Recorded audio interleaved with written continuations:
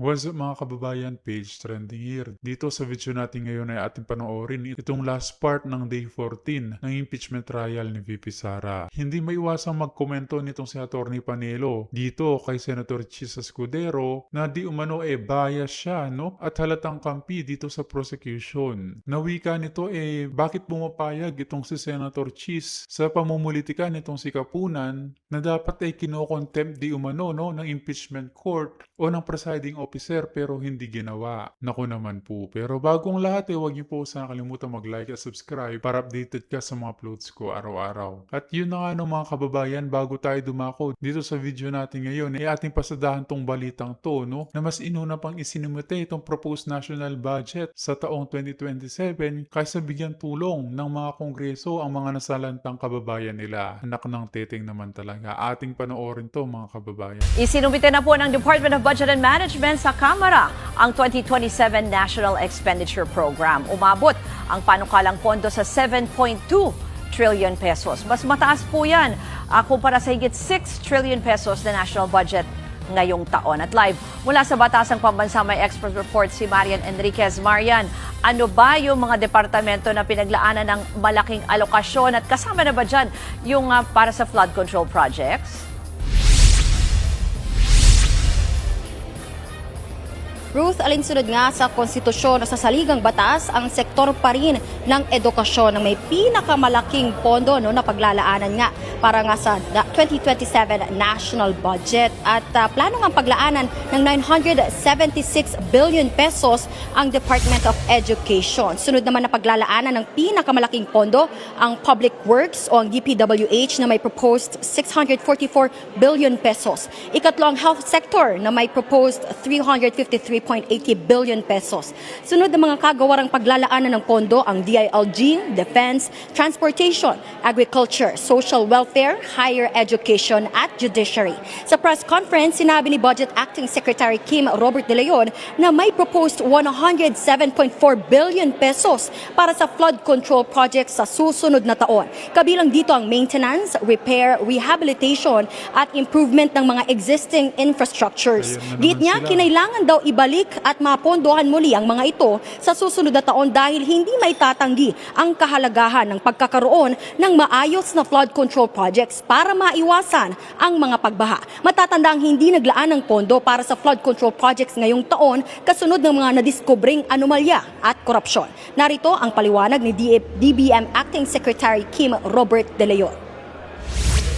Hindi naman din po natin po pwedeng pabayaan yung mga naumpisahan na mga flood control projects at mas hindi po magiging maayos yung epekto kung mananatiling nakatiwangwang yung mga naumpisahan ng mga flood control projects.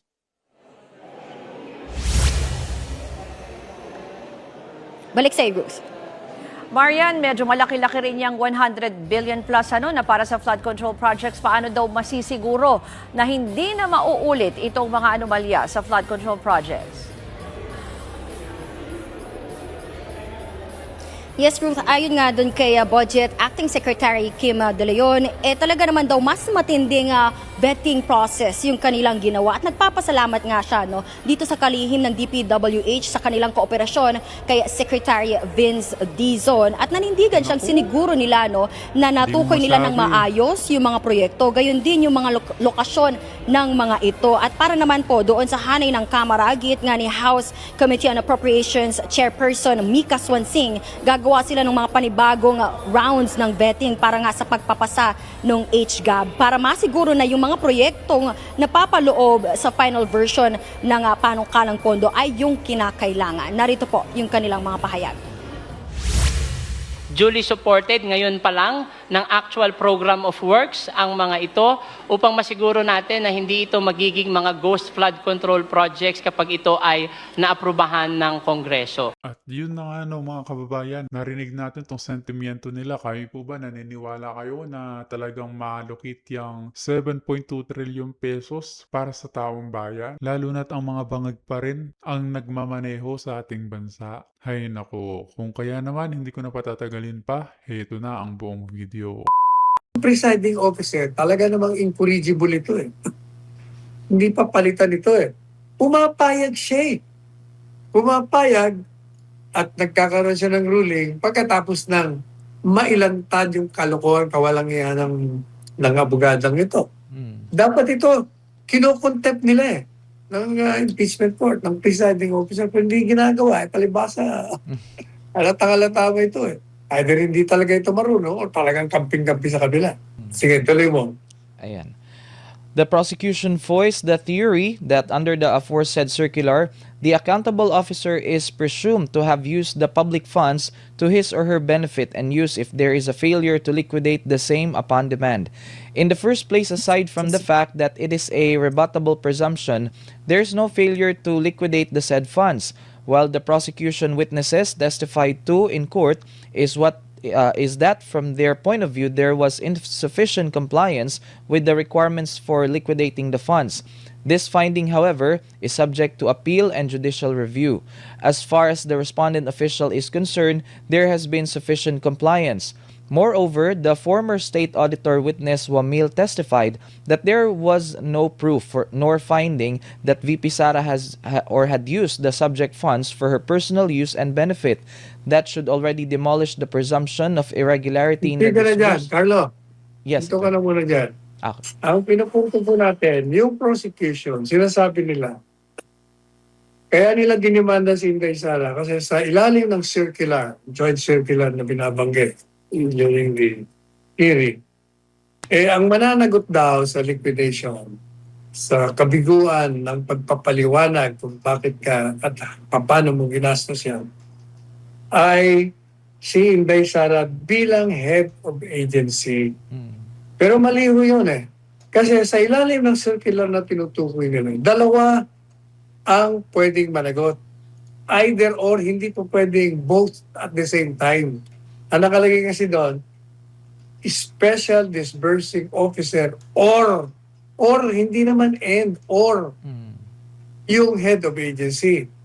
Sino ba ang special disbursing officer? Siya yung tumanggap ng pera. Siya yung payee. Siya nag-encash ng cheque. Siya ang may hawak. Siya ang responsibilidad sa paggastos niyan. Yung head ng agency, pumirma para humingi ng pondo.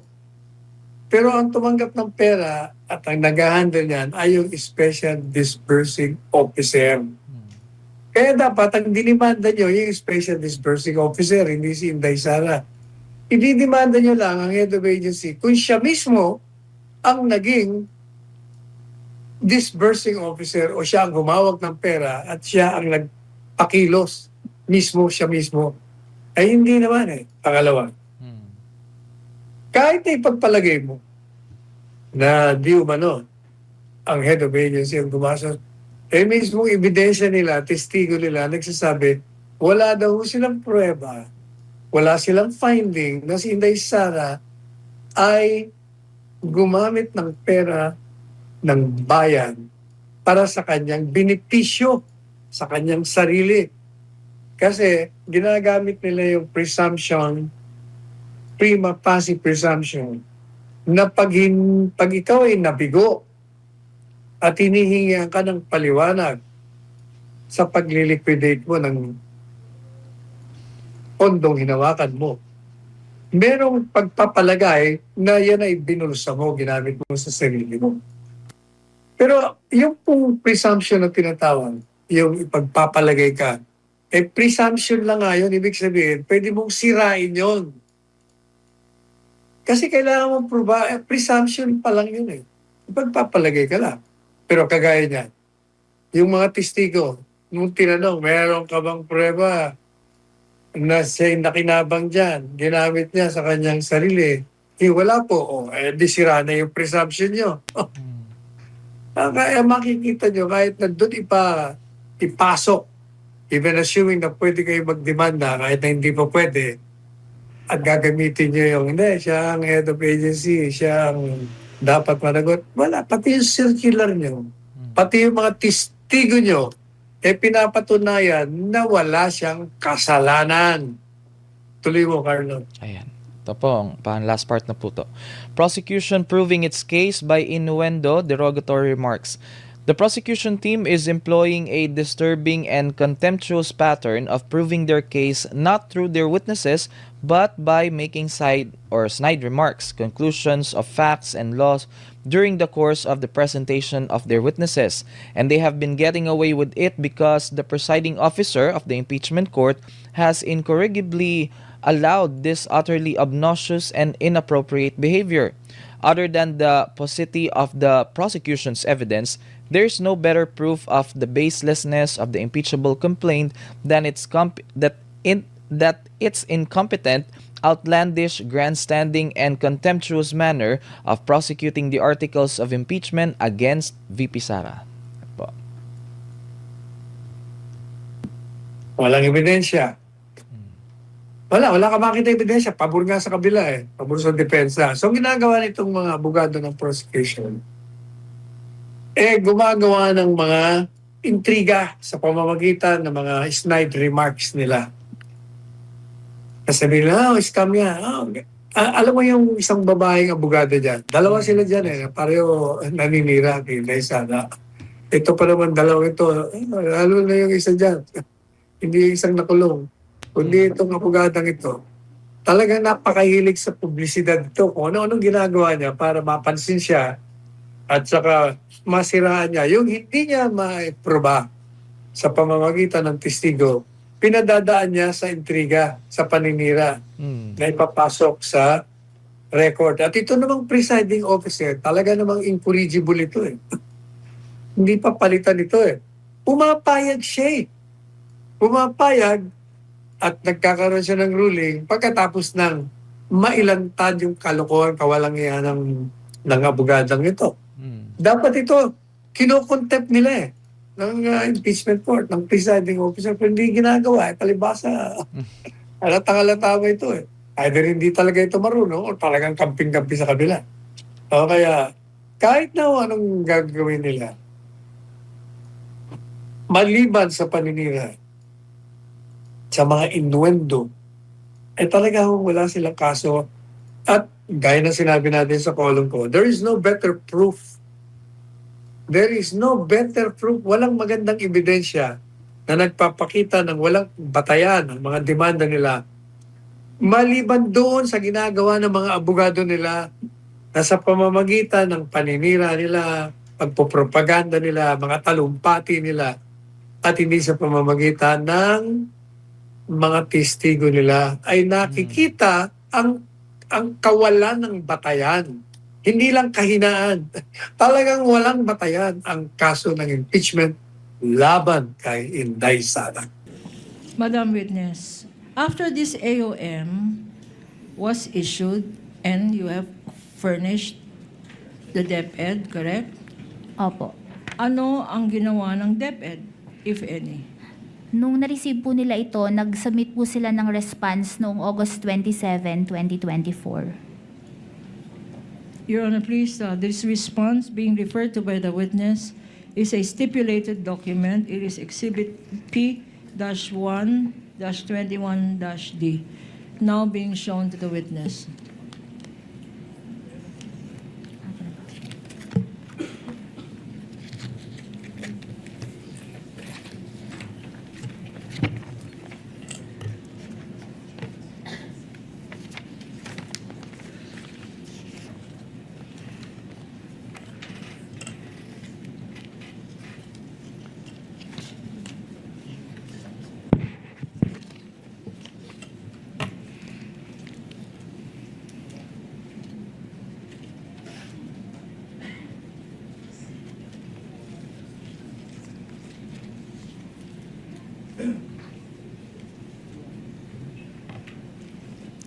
Madam Witness, is this the same response?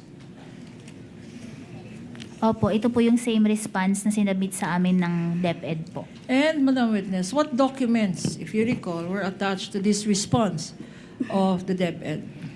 Nag-submit po sila ng mga acknowledgement receipts as documents evidencing payments Nagsubmit din po sila ng mga certification from the Armed Forces of the Philippines to support the payment of rewards po.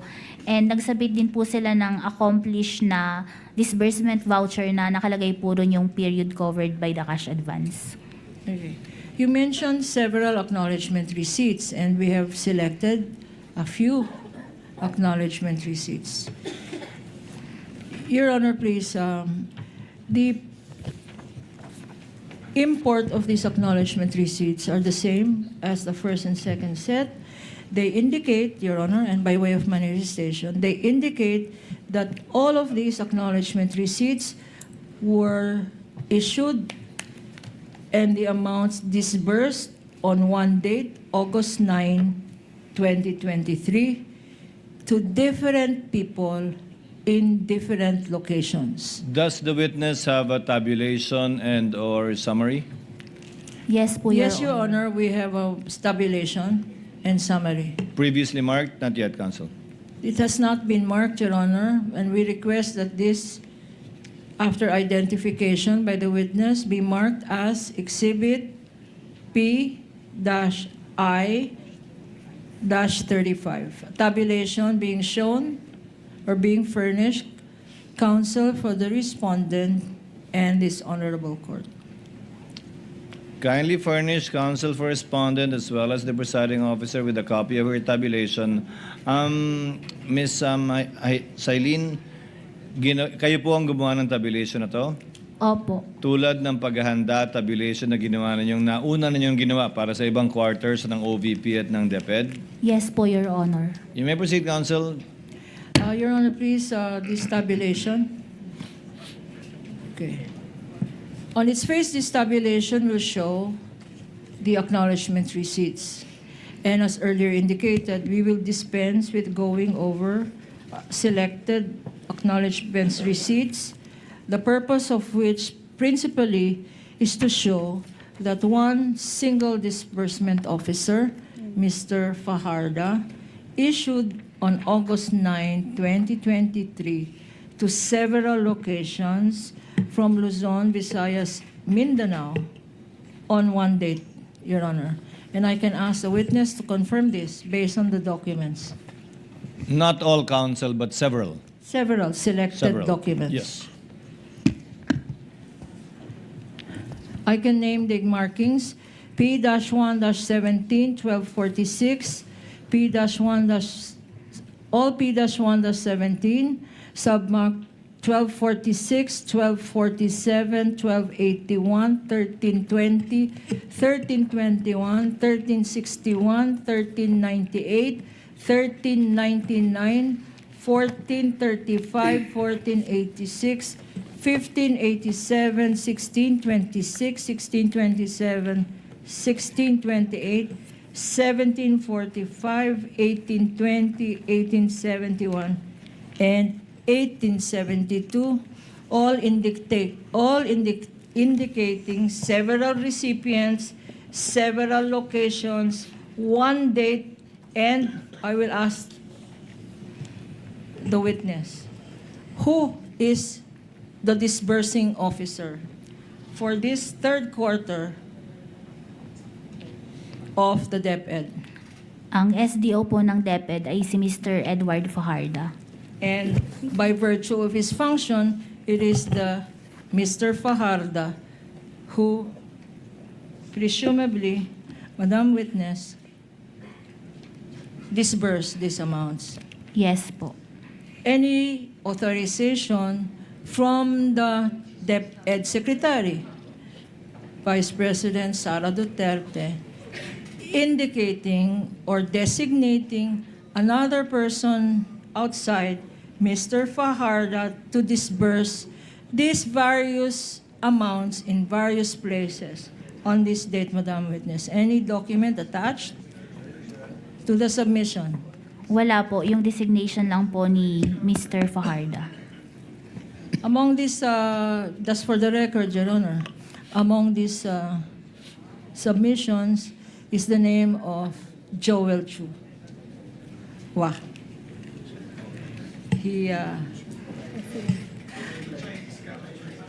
That's not Joel true, counsel. That's true. Yes, Your Honor. Upon verification by this representation, he denies any family connection, Your Honor. It is. Proceed, counsel. The signature, Madam Witness, will you go to this document? Yes po. The signature is in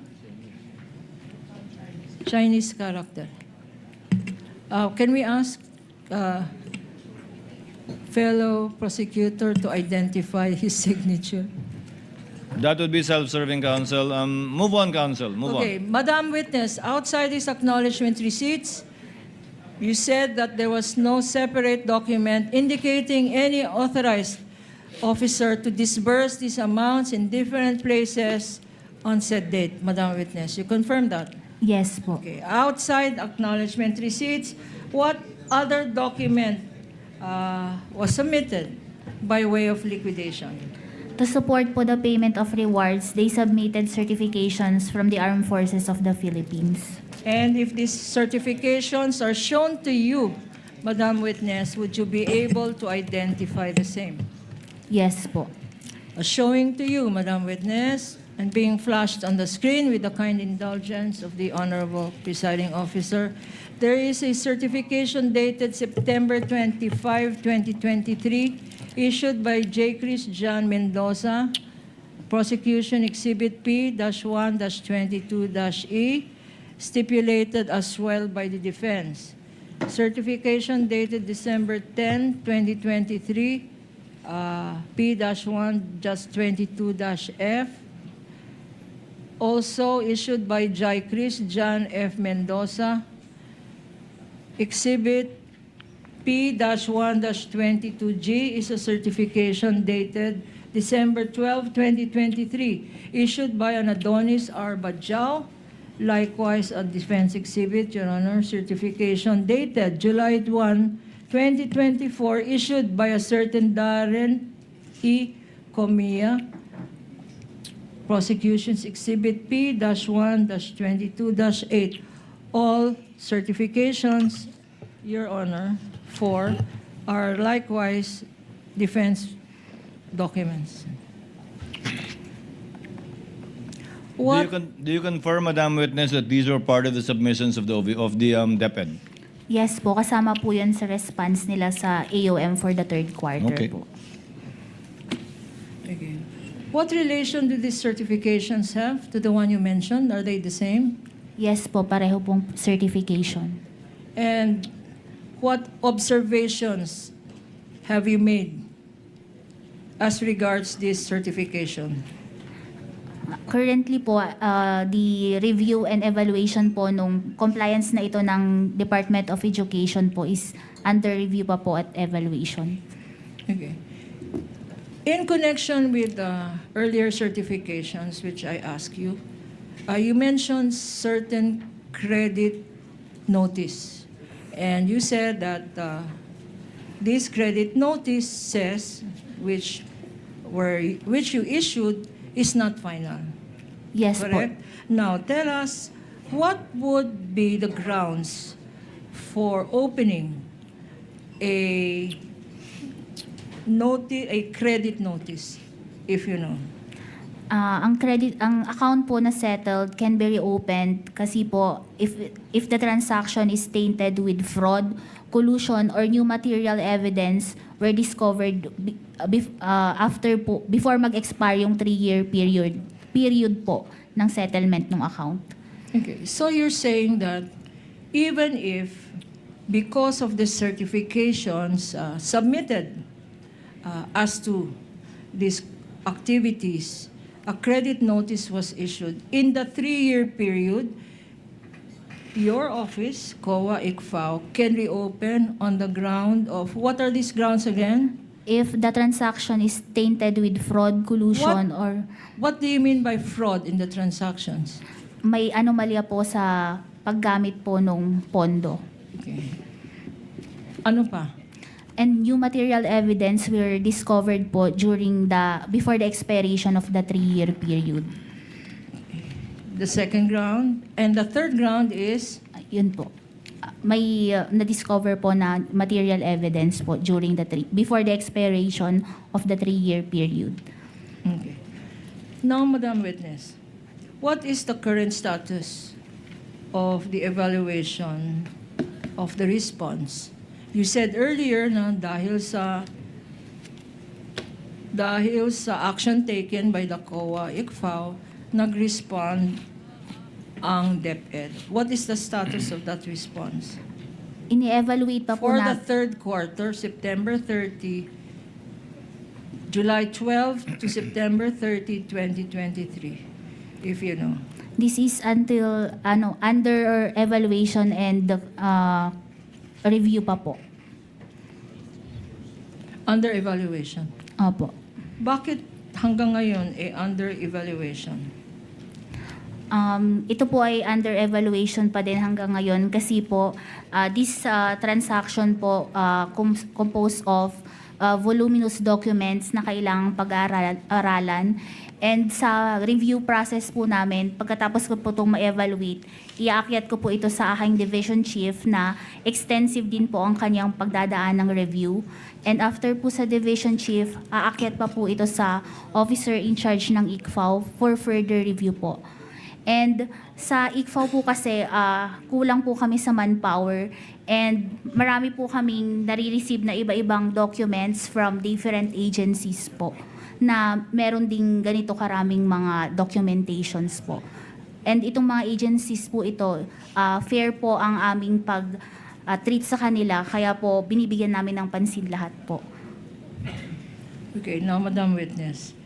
In his testimony, when asked, Attorney Mr. Wamil said that based on his evaluation, during the period that he was there with the COA ICFAO, he made a finding that these documents submitted by the OVP and the DepEd for that particular period he was in the COA ICFAO were irregular based on the guidelines or based on the joint circular that you cited. Yes. To you, Madam Witness, you who took over these same documents that were submitted and who made your own independent valuation, what would you say are these documents? What can you say about these documents submitted by the OVP and the DepEd based on your post-audit evaluation? Yung sa OBP po, ito ay irregular po dahil hindi po ito naging compliant sa joint circular. During the time naman po na in-evaluate ko ang Department of Education, compliant po sila sa joint circular. Pero gaya nga po ng nasabi, pwede pong may reopen itong settled account ng Department of Education po. Opo. Okay. Merong sinite si Attorney Wamil na prima facie evidence. No? You're not a lawyer, but under accounting rules, tama ba yung interpretation na pag hindi kompleto, if the documents submitted based on 8.3 of the joint circular, if the documents submitted by way of liquidation of confidential funds are not complete, ano ang epekto nito based on the circular? Under po sa joint circular, dun sa under 8.1 nga po, failure of the accountable officer to liquidate is a prima facie evidence na this is for nagamit po ito for personal use and benefit. Okay. Now, you said that prima facie failure of the accountable officer. At earlier, tinanong ka, ang accountable officer ng OVP is the head of agency. Meaning, sino yon? Si Vice President Sara Duterte po. At sa DepEd naman, sino ang head of agency? During the time po nung 2023, it is Vice President Sara Duterte din po. And under 8.3, ang presumption is naging use, to quote, paki-quote, use for personal. Sabi po sa 8.3, failure of the accountable officer to liquidate is a prima facie evidence that he or she used the missing funds for personal use and benefit. Madam Witness.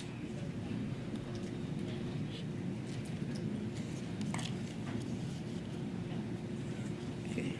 My last question to you, Madam Witness. Let's go back to this hearing in the Committee on Good Government Accountability.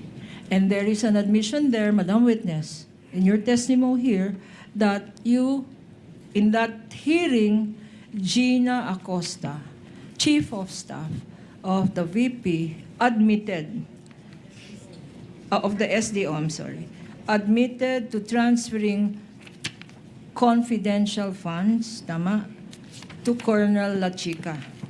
Your Yes. Honor, please.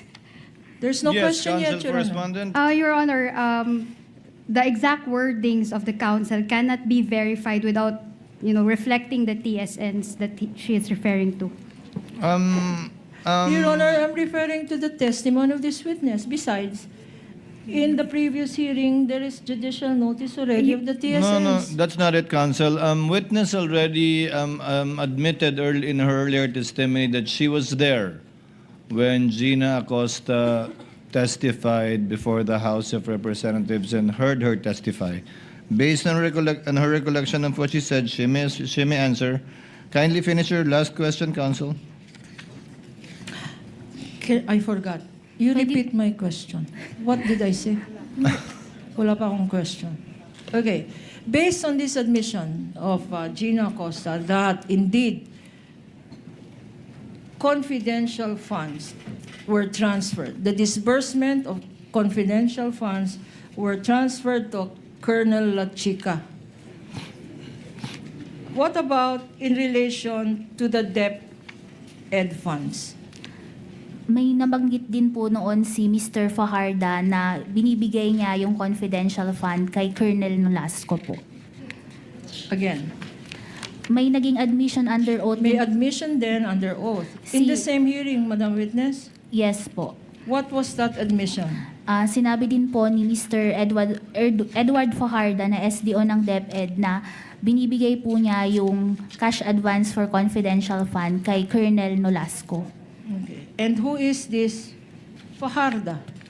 Siya po ang Special Disbursing Officer ng Department of Education. And who is Nolasco? Isa po siya sa mga part po siya ng Vice Presidential and Security Protection Group. So our understanding is in the Office of the Vice President, an admission of Gina Acosta that disbursement was given to some other person. The same admission was made by the DepEd SDO, Fajarda, that disbursement of the funds was given to somebody else. Madam Witness? Yes po, tama po. And what observation? As a COA, ICFAO, State Auditor, what significance or observation can you make from these admissions by both Gina Acosta and Fajarda? This is a violation po of the joint circular, specifically yung item 6.1.1 na hindi dapat ito i-transfer from one accountable officer to another. Okay. No further questions, Your Honor. Thank you, Counsel. It's 2:28. I promised the Senate President we will finish by 2:30 so that we can convene session at 3 p.m. Counsel for Respondent, Attorney Christine, can you do your cross tomorrow instead of today? I can, Your Honor. Your Honor, before I turn over to our head, Your Honor, may I make just this manifestation for the record, just to clear?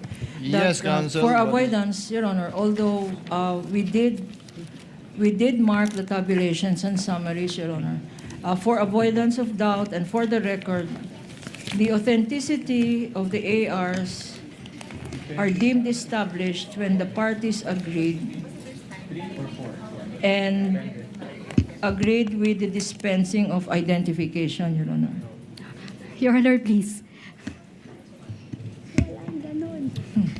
So noted.